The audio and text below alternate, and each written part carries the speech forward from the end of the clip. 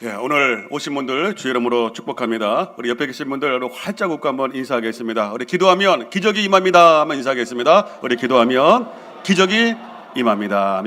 우리 기도하면 기적이 나에게 임하는 줄로 믿습니다. 우리 기도하는 사람들에 대한 중요한 효과가 5가지가 있다라고 하면서 우리 백석대 교수님이 쓴 칼럼이 있습니다. 기도는 매우 역동적인 힘이 있다. 기도는 신학적, 영적 의미를 지닐 뿐 아니라 인간 삶의 여러 차원에서도 중요한 의미를 가진다 하면서 첫째, 기도하면 성품 개선에 효과가 크다라고 이렇게 말을 합니다. 그러면서 기도와 감사의 관계를 관찰했던 흥미로운 연구가 있다는 겁니다. 기도를 많이 하는 사람일수록 감사를 열심히 잘한다. 그래서 기도하는 거하고 감사하고는 밀접한 관계가 있다라고 이렇게 말을 합니다. 두 번째로 기도는 뇌를 치유하고 성장시킨다라고 합니다. 그러면서 앤드루 누버거가 펜실베니아 대학교에서 실시했던 뇌 연구에 따르면은 사랑의 하나님을 믿고 예배하면 실제로 뇌의 치유와 성장이 촉진되어진다라고 이렇게 말을 합니다. 그러면서 사랑의 하나님을 믿고 기도할 때에 우리의 신체적으로, 관계적으로, 심리적으로 영적인 상태가 좋아진다라고 이렇게 말을 합니다. 세 번째로 기도하면 하나님의 창조적인 선물 면역 체계가 높아진다라고 이렇게 말을 합니다. 그러면서 마이애미 대학교의 연구팀이 만성적인 질병을 앓고 있는 사람들을 상대로 이렇게 조사를 해봤더니 정기적으로 예배를 드리고 성경을 읽고 기도하고 그리고 묵상하는 사람들을 보니까 면역 세포의 숫자가 높아졌다라고 이렇게 말을 합니다. 할렐루야. 오늘 예배 오신 분들 오늘 면역 세포가 확 증가될 줄로 믿습니다. 치유 역사가 임할 줄로 믿습니다. 그 연구 결과다라고 하는 거예요. 그리고 네 번째로는 기도하며 자기 절제력이 높아진다. 또 다섯 번째로 기도하면 정신세계에 큰 영향을 발휘한다 라고 하면서 신앙심 깊은 기도는 더 튼튼한 부부관계와 가정생활을 유지하게 한다. 그래서 기도를 하면은 부부관계가 좋아진다라고 하는 거예요. 상대적으로 건전한 생활 방식을 가지게 되고 스트레스를 덜 받게 된다라고 이렇게 말하고 있습니다.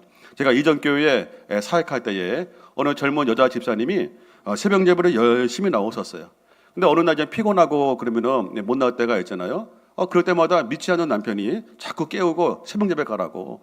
그래서 안 일어나면 발로 막 차고 빨리 가라고 그래가지고 남편한테 물어봤대요. 여보, 다른 남편들은 아내가 새벽 예배 안 가는 거 좋아하는데 당신은 왜 자꾸 새벽 예배 가라고 그러냐고 이렇게 얘기했더니 그 남편이 이렇게 믿지 않는 남편이 이렇게 말했다고 합니다. 당신이 새벽 기도 가야지 아침밥을 차려주지라고 이렇게 말했다고 합니다. 그러니까 내 아내가 새벽 예배 가니까 돌아와서 아침밥을 차려준다는 거예요. 그러니까 새벽 예배 가는 이 아내를 믿지 않는 남편도 좋아한다. 그래서 부부 금실이 얼마나 좋은지 아들만 둘이었는데 늦둥이 셋째 딸을 낳았습니다. 자, 의학적으로 보면 기도를 하지 않는 것보다 기도하는 것이 뭐라고요? 훨씬 좋다. 찬양하지 않는 것보다 찬양하는 것이 뭐라고요? 훨씬 좋다. 그러면 엔돌핀의 4,000배 되는 다이돌핀이 나온다. 이게 다 연구에서 나온 거잖아요. 불평하는 것보다도 감사하는 것이 더 우리 몸에 좋다. 그리고 찬양할 때 그냥 찬양을 하는 것도 중요하지만 박수 치면서 찬양하면 더 좋다는 거 아니겠습니까? 왜요? 박수 치면서 우리 몸에서 뭐예요? 혈액순환이 이루어지면서 치유가 이루어지는 거예요. 그래서 제가 이렇게 박수 치면서 찬양하는 이유가 다 여러분들을 위해서 하는 거를 믿으시기를 바랍니다. 여러분이 힘들게 하는 거 아니에요. 그래서 저도 막 박수 칩니다. 이렇게. 그리고 주일날에 나와서 예배 드리는 것이 예배 안 드리는 것보다도 훨씬 좋다라고 이렇게 연구가 하나님의 말씀인데 또 연구를 해보니까 그렇다라고 하는 것입니다. 자, 오늘 말씀대로 주일날에 예배하러 나오신 여러분들 오늘 찬양하고 기도하고 말씀 드릴 때에 우리 성령 하나님의 치유하심이 함께하는 예배가 될 줄로 믿습니다. 우리가 지난 시간에 우리 오바다는 여호와를 지극히 경외하는 자다라고 하는 것을 우리 잠시 말씀을 나누었습니다. 우리 3절에 보면은 우리 아합이 오바다는 여호와를 지극히 경외하는 자다. 아니 그냥 여호와를 경외하는 자라고 해도 되는데 여호와를 지극히 경외하는 자다라고 이렇게 표현하고 있습니다. 얼마나 충성되고 얼마나 하나님을 사랑했으면 성경 기자는 지극히라고 하는 말을 쓰고 있다라고 하는 것입니다. 그러면서 여호와의 선지자 100명을 50명씩 굴에 넣어서 떡과 물을 몇 년 동안요? 3년 동안 이렇게 공개를 했다라고 하는 거죠. 돈으로 따지면 억수로 많은 돈을 헌신하면서 여호와의 선지자 100명을 살렸다라고 말씀을 드렸습니다. 그리고 나서 누가 시킨 것도 아니고 자발적으로 했다. 그리고 악한 아합왕에게 걸리면 죽을 수 있는데 목숨 걸고 했다. 이것을 지극히 여호와를 경외하는 자다라고 표현하고 있다는 것입니다. 또 엘리야도 마찬가지라 그랬죠. 우리 엘리야도 아합에게 가서 비가 온다고 얘기하라라고 할 때에 이 아합왕은 자기를 죽이려고 하는 사람이에요.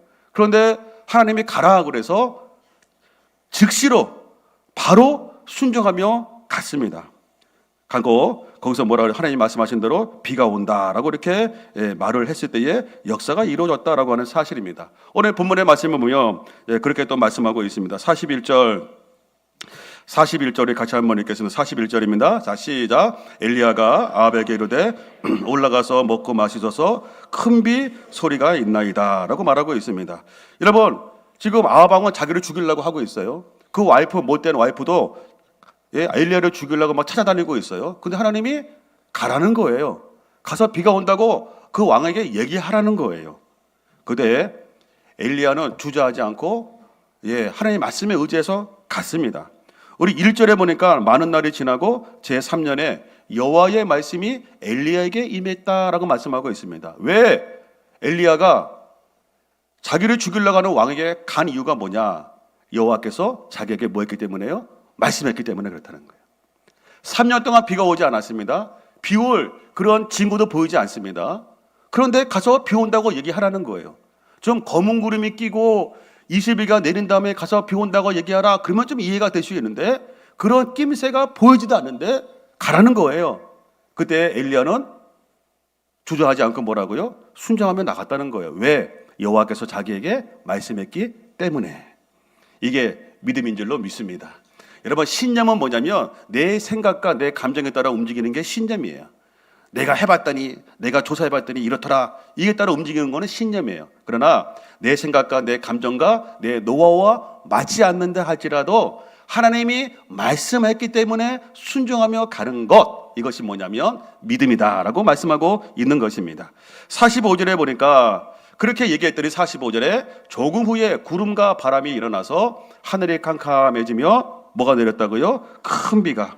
우리 1절에 큰 비가 옵니다 라고 말했는데 45절에 하나님께서 말씀하신 대로 큰 비가 내렸다라고 말씀하고 있습니다. 여러분들, 믿음대로 됩니다. 믿음대로 됩니다. 베드로가 말씀에 의지하여 나갈 때에 믿음대로 되었습니다. 여러분, 믿음대로 됩니다. 믿음대로 나오신 여러분들, 오늘 예배 가운데 하나님이 역사하시는 은혜가 임하기를 바랍니다. 우리 히브리서 11장 7절, 믿음으로 노아는 아직 홍수라고 하는 것을 한 번도 본 적이 없는데 말씀에 순종했더니 하나님이 구원해 주시고 그 하나님이 행하신 것을 보게 했다라고 하는 겁니다. 또 8절에도 믿음으로 아브라함도 마찬가지예요. 갈 바를 알지 못하고 하나님이 가라고 해서 갔습니다. 이때 창세기 12장 4절에 보니까는 아브라함이 여호와의 뭘 따라갔다고요? 말씀 따라가. 그 당시에 내비게이션이 있는 것도 아니에요. 말씀 따라갔어요. 광야 같은 인생, 광야 같은 길, 하나님의 말씀 따라갔어요. 자기가 어디로 가는지도 몰라요. 말씀 따라갔더니 5절 하반절에 보니까 마침내 어디에 입성했다고요? 가나안 땅에 들어갔다. 그럼 하나님의 말씀이 우리 인생의 내비게이션인 줄로 믿습니다. 하나님의 말씀이 우리 인생을 살아갈 때 우리에게 보물을 찾아주는 지도인 줄로 믿습니다. 이런 말씀 따라가, 이게 믿음입니다. 이게 저와 여러분들이 추구해야 되는 삶의 모습인 줄로 믿습니다. 우리 히브리서 11장, 요한복음 11장에다 말씀해 보면 죽은 나사로가 있습니다. 그때 예수님이 그를 살려주러 갑니다. 그 이렇게 말합니다. 나는 부활이요 생명이다. 나를 믿는 자는 죽어도 살겠다. 그렇게 말씀했습니다. 그런 다음에 39절에 사람들에게 얘기하면 돌을 옮겨 놓아라. 무덤의 문을 옮겨 놓아라 했더니 마르다가 뭐라고, 예수님 냄새나요, 냄새. 지금도 냄새 나는데 죽은 지 나흘이 됐어요. 그 무더운 날씨에 나흘 되시면 얼마나 냄새가 심했겠어요. 냄새나요. 그랬더니 예수님이 그 마르다를 책망했어요. 뭐라고 증명했습니까? 같이 한번 읽습니다. 예수께서 이르시되 내 말이 네가 믿으면 하나님의 영광을 보리라 하지 아니하였느냐. 마르다야, 네가 볼 때는 냄새나고 네가 볼 때는 안 될 것 같지만 하나님이 역사하고 하나님이신 예수님이 역사하면 하나님의 놀라운 일이 나타나. 네 오라비가 살아나. 따라합니다. 믿으면 하나님의 영광을 보리라. 할렐루야. 여러분, 믿으면 하나님의 영광을 보게 되는 줄로 믿습니다. 중요한 거는 하나님이 문제가 있지 않아요. 순종하지 않고 말씀대로 살아가지 않는 우리 자신이 문제인 거예요. 하나님은 엘리야 시대도 살아 역사하시는 분이고 또 우리가 다윗 시대도 마찬가지고 지금도 살아 역사하여 주시는 분인 줄로 믿습니다. 우리를 가장 사랑하시는 분, 우리에게 가장 좋은 것, 가장 완전한 길로 인도하기를 원하시는 분, 그 하나님이 우리에게 말씀하고 있습니다. 믿으면 하나님의 영광을 보리라. 할렐루야. 우리 아프리카 선교사님이 한 부족에게 이제는 말씀을 가르치다가 순종이라고 하는 단어를 어떻게 전할까 고민을 했어요. 그 아프리카 부족에 순종이라고 하는 단어가 없어요. 고민하고 있다가 이렇게 고민하다가 개를 데리고 마을로 이렇게 가고 있는데 막 개가 막 움직이고 막 그래가지고서 그래서 이제는 선교사님이 그 개한테 뽀삐 이리 와 그렇게 했겠어요. 그다음에 그 개가 막 가다가 딱 주인 보더니 막 와가지고 그렇게 엎드리는 거예요. 그거 봤더니 보았던 마을 추장이 이렇게 말을 했다고 그럽니다. 무이아렘 떼렘 까운게 이렇게 얘기하더라고요. 무이아렘 떼렘 까운게. 그래서 그 말이 무슨 말이에요? 그랬더니 그 추장이 이렇게 말했다고 합니다. 당신 개는 기만 있네, 기만 있어. 그렇게 말했다 그런 거예요. 무슨 말이에요? 주인의 말에 잘 듣네. 입이 없네, 기만 있네. 주인이 막 다니다가 개가 다니다가 이리 와 그랬더니 뭐야? 개가 확 와가지고 그렇게 있다는 거죠. 그때 저 개는 주인 말 잘 듣네. 입은 없고 기만 있어. 이게 뭐라고요? 순종이구나라고 했다는 거예요. 할렐루야. 파스칼이 이런 말을 했습니다. 파스칼이 믿음이란 뭐냐? 왜요? 라고 하는 단어를 십자가에 못 박는 것이 믿음이다 그랬어요. 하나님이 깊은 곳에 가서 금을 던져라 그러면 왜요? 싫어. 막 그렇게 말하지 않는 거. 왜요라고 말하지 않는 거. 찬송해라. 왜요? 기도해라. 왜요? 주일날에 예배 드려라. 왜요? 11조 드려라. 왜요? 왜 자꾸 그런 거 시켜? 말하지 않고 뭐예요? 입은 닫고 귀만 열려 있는 거. 이게 뭐라고요? 무이아람 델렘 까우게. 무이아람 델렘 까우게. 기만 있습니다. 기만 있습니다. 이게 뭐라고 했습니까? 순종이다라고 하는 것이죠. 여러분, 엘리야는 입은 없어. 기만 있어. 하나님이 이래라 그러면 아멘. 다윗도 마찬가지야. 다윗도 기만 있어. 그죠? 이렇게 하라 그러면 아멘 하고 움직이는 사람. 이것이 신앙의 선배들의 모습인데 저와 여러분의 모습이 될 줄로 믿습니다. 또 제가 옛날에 전했던 교회에서 경기도 하남이 막 이렇게 할 때 지교회를 개척교회를 세웠습니다. 그때 거의 매일 전도했습니다. 오전부터 또 오후 늦게까지 막 전도를 열심히 했어요. 그런데 전도를 했는데 한 3개월 정도인가 이렇게 새로운 사람들이 등록을 안 하는 거예요. 그래가지고 약간 전도팀들이 좀 낙심이 좀 됐어요. 왜 우리가 3개월 동안 이렇게 씨를 뿌리고 했는데 전도했는데 왜 새로운 사람들이 안 올까? 그런데 담임 목사님 사모님이 이렇게 말씀했어요. 괜찮아요. 하나님이 역사하십니다. 괜찮아요. 하나님이 반드시 역사합니다. 왜? 우리는 순종했기 때문에 하나님이 반드시 역사합니다. 순종하지 않는 것이 문제지. 우리가 눈물로 씨를 뿌리고 전도의 씨앗을 매일 이렇게 뿌렸는데 왜 하나님이 역사하지 않겠습니까? 괜찮아요. 하나님이 역사하십니다. 그렇게 해가지고 아멘 했는데 9주간에 몇 가정이 등록을 했어요. 항상 그 사모님은 하시는 이 말이 입버릇처럼 하는 말이 그거예요. 괜찮아요. 하나님이 역사하십니다. 괜찮아요. 하나님이 역사하십니다. 순종하지 않는 게 문제지 순종하면 괜찮아요. 하나님이 언젠가 역사하십니다. 할렐루야. 미안합니다. 우리 옆 사람 한번 인사 한번 하겠습니다. 괜찮아요. 하나님이 역사하십니다. 괜찮아요. 하나님이 반드시 역사하십니다. 아멘. 여러분, 순종하는 여러분들에게 하나님이 반드시 역사하십니다. 그거를 믿고 간 사람이 엘리야인 것입니다. 우리가 2주 전에 제자반 수료식 했잖아요. 그때 뭐 암송, 그다음에 간증, 그리고 우리 특성을 했습니다. 근데 암송 64구절 했는데 그 미담이 2주 지났는데도 지금까지 그 미담들의 얘기가 지금 나오고 있어요. 지난주 수요일 날에 제가 들었습니다. 수요일 날에 어느 집사님이 암송 64구절 하는 거 보면서 너무 은혜 받아가지고 자기가 그분들한테 커피 사 먹으라고 용돈을 줬대. 예, 야, 얼마나 감사합니까, 그죠? 근데 그 다음 날 어느 그 권사님 부부를 이렇게 만났는데 그분이 그러는 거, 그 암송하는 거 모습 보니까 너무 도전이 되고 은혜가 되었대요. 자기가 벌떡 일어나가지고 박수 치고 싶었는데 그러지 못하였다라고 하면서 그분들이 너무 존경스럽다라고 이렇게 말씀을 하셨어요. 근데 우리 제자반 하신 분들은 아시겠지만 수료식을 준비하면서 제일 신경을 많이 쓴 게 뭐였냐면 암송이었어요. 야, 64거절을 하면 17분 정도 걸리는데 사람들이 지겹지 않을까? 혹시 실수하면 어떡해? 하면서 제일 많이 신경을 썼던 것이 암송이었는데 뚜껑을 열어보니까 지금까지도 계속 미담이 나오는 게 암송 시간이었다라고 하는 사실입니다. 인간적으로 볼 때는 힘들어, 실수하면 어떡하지? 라고 하면서 그런 생각을 가졌는데 우리가 기도하고 준비하고 나갈 때 하나님이 그걸 통해서 연약한 자를 통해서 또 놀랍게 역사하시는 것이 하나님의 놀라운 섭리인 줄로 믿습니다. 여러분, 믿으면 하나님의 영광을 보게 될 줄로 믿습니다. 믿으면 하나님의 영광을 보게 되는 거예요. 괜찮아요. 여러분이 순종했으면 하나님이 반드시 역사하십니다. 괜찮아요. 하나님이 역사하십니다. 할렐루야, 할렐루야. 예.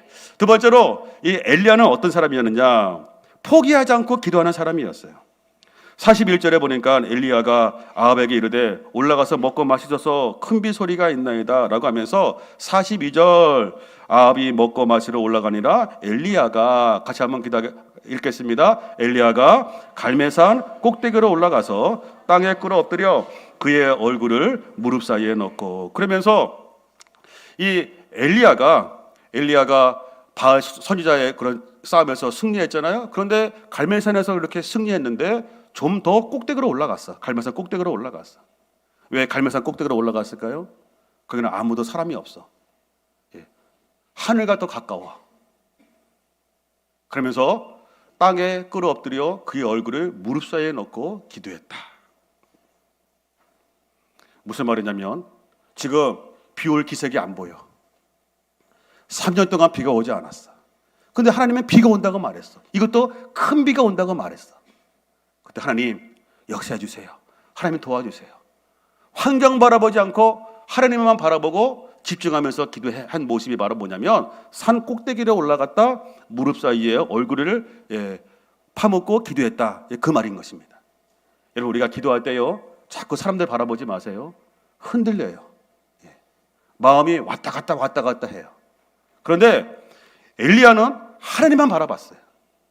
그리고 무릎 사이에 얼굴을 파묻고 기도했어요. 여러분 혹시라도 여러분들 인생의 문제 풀리지 않는 것들이 있습니까? 엘리야처럼 한번 무릎을 꿇고 얼굴을 무릎 사이에 한번 파묻고 한번 기도할 수 있기를 바랍니다. 별로 아멘 소리가 이렇게 없으신데 그거 보면 엘리야는 배가 안 놓은 사람이다 라고 하는 것을 알 수가 있어요. 저도 옛날에는요 홀쭉했습니다. 저도 배가 이렇게 뒤에 붙었어요. 그래가지고 막 옛날에는 이런 의자가 어디 있었으면 수련회가 그러면은 다 그냥 바닥에 무릎 꿇고 막 기도했잖아요. 그때 막 기도하고 막 그러면은 뭐예요? 이 몸이 무릎에 닿았어요. 저도. 근데 요즘은 안 답니다. 닿았어요. 그래서 제가 이 말이 무슨 말인지 이해가 돼요. 무릎 꿇고 기도할 때 탁 타. 이게 뭐냐면 간절한 기도예요. 하나님만 바라봅니다. 하나님만 바라봅니다. 엘리야가 기도했던 것처럼 여러분들 지금 혹시라도 기도 응답이 안 되고 있는 것들이 있으면 한번 엘리야처럼 간절하게 하나님만 바라보고 기도할 수 있기를 바랍니다. 열왕기하 20장 2절에 보면 히스기야 왕이 너 죽을 뿐 걸릴 거다라고 할 때에 그 말을 듣자마자 얼굴을 벽으로 향해서 막 기도하죠. 이것도 뭐예요? 내가 사람들 얘기 듣지 않겠다는 거예요. 내가 하나님께만 기도하겠다는 거예요. 사람들 얘기 들으면 이러쿵저러쿵 얘기하죠. 나는 하나님만 바라보고 기도합니다. 이것이 바로 히스기야 왕의 기도의 모습입니다. 이거를 야고보서 5장에 보면 엘리야는 우리와 성정이 같다. 똑같은 사람이야. 그런데 간절히 기도했어. 엘리야의 특징은 간절히 기도하는 사람이야. 그래서 비가 오지 않았다. 그리고 비가 왔다. 라고 하면서 간절히 기도하는 사람. 여러분, 간절히가 뭐예요? 간이 저리도록 기도하는 게 간절이에요. 주야 할 때만 그냥 간이 저려. 예. 진짜 그럽니다. 그게 뭐예요? 간절이야. 예. 막 기도하면 목이 쉬죠. 예. 목이 안 쉴 수가 없죠. 제가 지금 목이 좀 이렇게 쉬었어요. 부었어. 예. 간절히 기도하는 거예요. 37절의 말씀 보니까 여호와가 갈멜산 꼭대기에서 영적인 싸움을 할 때 그러죠. 여호와여 내게 응답하옵소서. 여호와여 내게 응답하옵소서. 소리 지르면서 기도하는 거죠. 850명대 자기 혼자야. 인간적으로 볼 때는 이길 수 없어. 근데 그 영적인 싸움에서 엘리야가 하나님을 바라보면서 여호와여 내게 응답하옵소서. 내게 응답하옵소서. 여러분, 하나님의 말씀은 반드시 이루어집니다. 그런데 기도하면 나에게 임하는 거예요. 이해되시죠? 예. 기도하지 않으면 옆 사람에게 이루어져요. 기도하는 사람들에게. 근데 우리가 기도하면 그 하나님의 말씀이 나에게 이루어지는 거예요. 그래서 엘리야가 기도했더니 그 말씀들이 자기에게 통해서 이루어지는 거죠. 하나님의 말씀은 반드시 이루어집니다. 근데 그 하나님의 축복하심과 그 역사하심이 기도하는 여러분을 통해서 나타나기를 주의 이름으로 축복합니다. 다니엘서 9장의 말씀 보세요.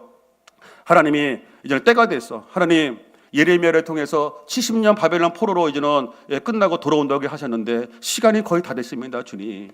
주여. 다니엘이 금식하면서 기도하는 거예요. 주여 들으소서. 주여 용서하소서. 주여 귀를 기울이시고 행하소서. 지체하지 마옵소서. 나의 하나님이여 주 자신을 위하여 하시옵소서. 말씀하신 대로 이루어 주시옵소서 하면서 지금 뭡니까? 다니엘이 나이가 많이 들어갔어요. 이제는. 그럼에도 불구하고 다니엘이 17살에 가가지고서 포로로 끌려가가지고서 이제 70년이니까는 여러분들 거의 되시니까 나이가 얼마나 많아요? 80대 초반 중반이야. 그때 금식하면서 하나님께 막 부르짖고 있는 거예요. 하나님 말씀하신 대로 이루어 주세요. 말씀하신 대로 이루어 주세요. 기도하고 있는 거예요. 근데 하나님께서 다니엘을 통해서 그 이스라엘이 회복해 하시는 은혜를 보게 하셨습니다. 할렐루야. 다윗이 기도합니다.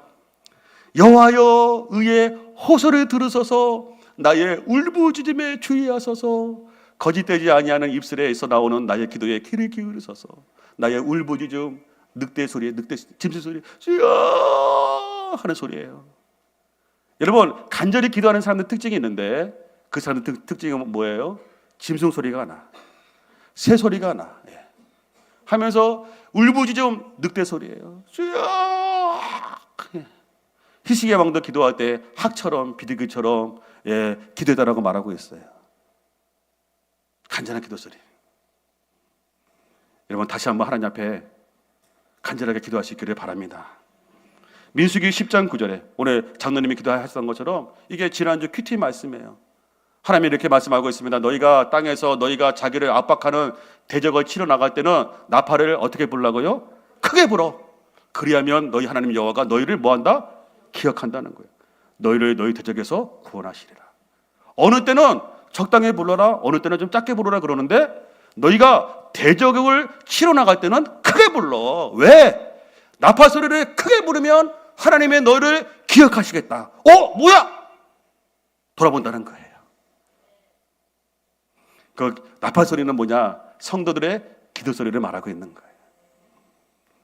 여러분들, 간절히는 뭐냐? 평소보다 좀 더 뜨겁게 기도하는 거. 이게 간절이에요. 간절은 뭐냐? 좀 더 나팔을 크게 부르는 게 간절이에요. 누가복음 18장 7절에 보면은 이런 말씀이 있습니다. 하나님께서 그 밤낮 부르짖는 택하신 자들의 원한을 풀어주지 않겠느냐. 하나님이 반드시 역사하십니다. 반드시 역사하세요. 혹시 여러분들의 기도 응답이 왜 빨리 안 될까 하시는 분이 있습니까? 한번 엘리야처럼 좀 더 간절하게 기도하시기를 바랍니다. 한번 얼굴에 파묻고 한번 기도할 수 있기를 바랍니다. 나팔 소리를 한번 더 크게 한번 부를 수 있기를 바랍니다. 여러분 새벽마다 기도했으면 이제는 밤낮으로 한번 기도할 수 있기를 바랍니다. 그럴 때 하나님이 반드시 역사하십니다. 반드시 역사하십니다. 어느 분이 이런 말을 했습니다. 한 번도 가져본 적이 없는 것을 가지려고 한다면 한 번도 해본 적이 없는 노력을 해야 된다. 그런 말을 했어요. 내가 한 번도 가져본 적이 없는 것을 가져보고 싶다면 당신이 저절로 되는 거 아니라는 거죠. 한 번도 해본 적이 없는 노력을 해야 된다라고 말하고 있다는 거죠. 여러분 우리가 하나님이 반드시 역사하시고 말씀대로 이루어지는데 나를 통하여 그 하나님의 역사하심과 축복하심이 이루어지기를 원한다고 한다면 엘리야처럼 여러분들 산꼭대기에 올라가서 얼굴에 파묻고 하나님만 바라보고 기도하시기를 주의 이름으로 축복합니다. 하나님이 역사하는 줄로 믿습니다. 우리 마지막으로 엘리야는 포기하지 않고 끝까지 기도했던 사람이었습니다. 믿음으로 나갔습니다. 43절 말씀 한번 읽어주시기 바랍니다. 자, 시작.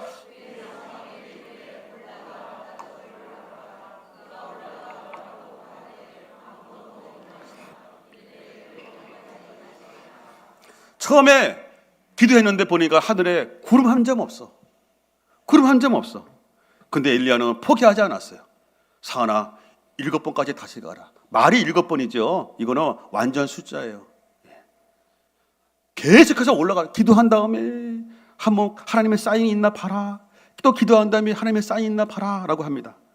그랬더니 나중에 사은이 손바닥만한 구름이 하나 있습니다 했더니 하나님이 사인이구나 라고 하면서 이제는 큰 빛 따라서 이렇게 나가는 모습을 본문에서 기록되고 있습니다.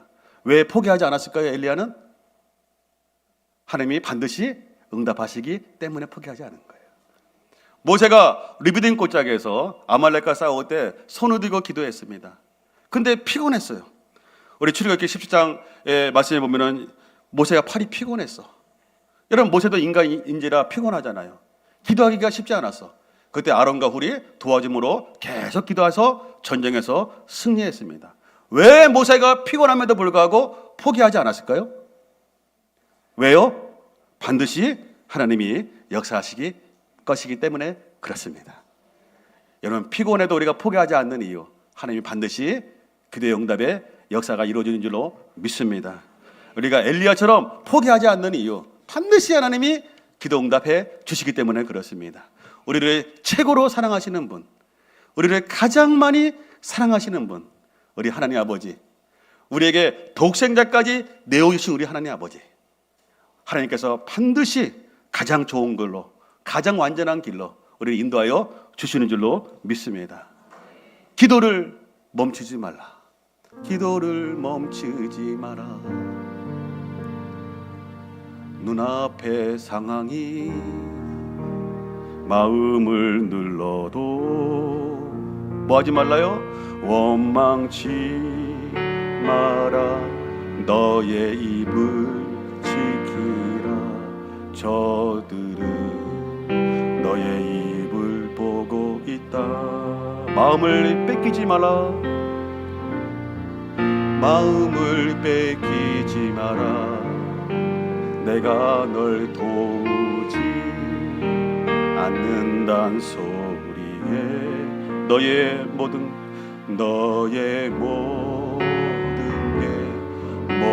게 불. 너는 기도를 계속하라. 너는 기도를 계속해라.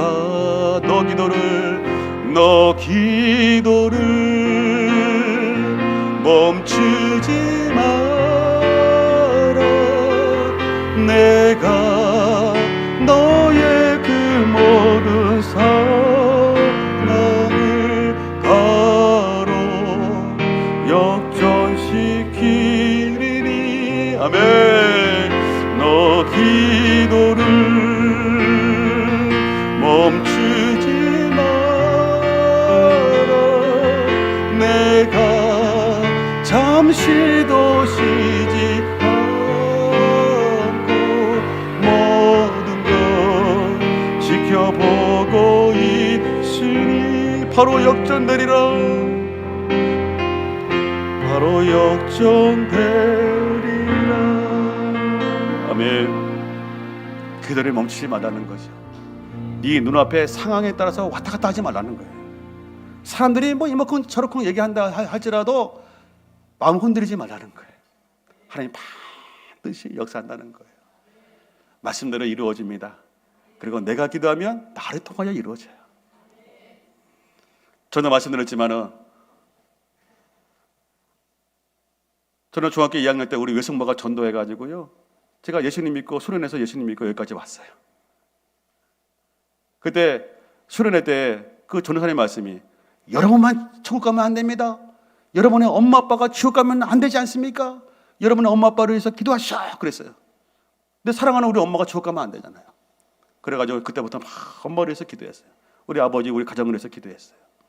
1년, 2년, 3년 기도할 때마다 열심히 기도했는데 응답이 없었어요. 6년째 이제는 제가 총신 신학교를 들어갔어요. 그때도 응답이 없었어요. 그때 칼빈의 예정서를 배웠어요. 제가 잘못 이해했어. 야, 하나님이 믿는 사람들을 다 예정했다고 그러는데 지금 6년 동안 기도했는데 아직도 응답이 없는 거 보니까 우리 어머니는 하나님이 포기했구나. 아이고 불쌍한 우리 엄마 하면서 6개월 동안 기도하지 않았어요. 근데 어느 날 목사님 말씀을 듣는데, 여러분 하나님은 다 구원받을 사람을 예정해 놓았습니다. 그런데 누가 하나님이 예정했고 안 했는지 우리는 모릅니다. 하나님만 아십니다. 그래서 우리는 함부로 판단하지 말고 우리는 열심히 전도만 하면 됩니다 라고 하는 그 말씀에 은혜 받았어요. 제가 그래서 집에 와가지고 의자 앞에서 이렇게 무릎 꿇고 손을 얹어놓으면서 지금도 기억이 생생해요. 기도해서 하나님, 그렇습니다. 내가 잘못 이해했습니다. 하나님 용서해 주세요. 내가 함부로 판단했습니다. 용서해 주세요. 기도하면서 우리 엄마 구원해 주세요. 우리 아빠 구원해 주세요. 막 기도했어요. 그때 하나님이 저에게 들려주시는 세밀한 음성이 있었어요. 성철아, 네가 나냐? 함부로 네가 결정하지 마. 그런 말씀이었어요. 그게 저에게 작은 손바닥만한 구름이었어. 그 말을 듣는 그 음성이 나에게 이렇게 깨닫게 하셨는데, 그게 너에게 확신이 왔었어요. 그래가지고 막 열심히 기도했는데 얼마 후에 우리 어머니가 교회에 나오시게 되었습니다. 우리 아버지가 지하철 타고 가다가 보니까는 가다가 20년 전에 헤어졌던 어머니 친구의 남편을 만났어요. 그래서 반갑다고 그래가서 전화번호를 주고받았어요. 그분들이 우리 집으로 찾아오신 거예요. 찾아와가지고서 막 얘기하다가 성철이가 신학교 갔다고 그러니까는 그분들이 함께 모여 사는데 권사님이고 집사님들이었어요. 갑자기 무릎을 꿇면서 막 하나님께 하나님 감사합니다, 하나님 감사합니다 라고 하면서 그분이 우리 어머니를 전도했어요. 아무개야, 너 하나님이 가장 잘 들어주는 기도가 엄마의 기도야. 네 아들이 잘 되려면, 성철이가 잘 되려면 엄마가 기도해야 돼. 너 교회 나와. 교회 나가서 엄마가 기도해야 돼. 우리 어머니가 이제 자식이 아들이 잘 된다고 하니까 그 말에 마음이 녹아가지고 교회 나오시게 되었어요. 그래서 제가 성가대하고 있었는데 성가대 노래 부르는데 어머니가 저를 딱 쳐다보시더니 저를 딱 쳐다보더니 앞자리로 딱 오셔가지고 앞자리에 앉으셨어요. 지금도 어머니가 저를 보고만 나오시는데 제가 눈물이 갑자기 확 쏟아졌어요. 악보로 얼굴을 가렸어요. 하나님 이렇게 역사하시는군요. 하나님께서 생각지도 않은 방법으로 역사하시는 거예요. 제가 6년 동안 기도하고 마지막 또 다시 한번 7년째 막 기도하는데 하나님이 아버지를 통해서 어떻게 오랫동안 헤어졌던 그 사람을 만나게 하셔가지고 그 한마디, 네 아들이 잘 되려면 엄마가 기도해야 돼. 그 말에 어머니가 교회 나오셔서 예수님 믿고 천국 가신 줄로 믿습니다. 우리가 포기하지 않으면요, 하나님이 생각지도 않은 방법으로 역사하여 주시는 분입니다. 여러분들 7번까지 다시 기도할 수 있기를 바랍니다. 여러분 우리가 2차 태신자 작정을 맞이해서 여러분 혹시라도 여러분들 아직도 구원받지 못하신 분 있죠. 남편이 있습니다. 우리 아이들이 있습니다. 친구들이 있어요. 부모님이 계세요. 하나님 반드시 역사하십니다. 생각지도 않은 방법으로 역사하세요. 우리 하나님의 생각은 내 생각보다 더 높은 분인 줄로 믿습니다. 하나님의 생각은 내 생각보다 더 깊은 분인 줄로 믿습니다. 함부로 판단하지 마세요. 저는 우리 어머니가 나이가 들어서 거동 못하면 그때 아들 따라 교회 나오시지 않았어요. 근데 우리 하나님은 생각지도 않은 방법으로 역사하셨어요. 어머니가 교회 나오니까는 우리 형이 교회 나왔어요. 우리 형이 믿음 좋은 형수님하고 결혼했더니 그 아버지가 또 교회 나오시게 되었어요. 줄줄이 사탕 다 교회 나와가지고 우리 부모님 예수님 믿고 천국 가셨어요. 여러분, 바울 같은 사울 같은 강팍한 사람이라도 하나님이 역사하시면 반드시 이루어집니다. 여러분, 물은 100도에서 물이 끓어요. 99도에서는 물이 안 끓어. 1도 차이예요. 혹시라도 여러분들 5번 기도하고 6번 기도해서 포기하려고 하는 사람도 있습니까? 한 번 더 엘리야처럼 산꼭대기에 올라가서 얼굴에 파묻고 하나님만 바라보고 다시 한번 기도하시기를 바랍니다. 하나님의 놀라운 손길이 저와 여러분 통해서 하나님의 놀라운 역사가 나타나게 될 줄로 믿습니다. 우리 마지막으로 우리 시편 147편 우리 5절 8절 9절 한번 읽고 마치겠습니다. 우리 같이 한번 읽겠습니다. 자, 시작. 우리 주는 위대하시며 능력이 많으시며 그의 지혜가 무궁하시는도다. 8절이요. 그가 구름으로 하늘을 덮으시며 땅을 이와여 비를 준비하시며 산에 풀이 자라게 하시며 들 짐승과 우는 까마귀 새끼에게 먹을 것을 주시는도다. 할렐루야. 우리 하나님은 5절의 말씀 능력이 많으신 분이에요. 위대하신 분이에요. 못하시는 것이 없는 분이에요. 그 하나님이 하늘을 여시고 비를 내려주신다. 들짐승에게 먹을 것을 주시는 분, 그 하나님이 저와 여러분의 하나님 아버지신 줄로 믿습니다. 우리 기도하겠습니다. 하나님 아버지,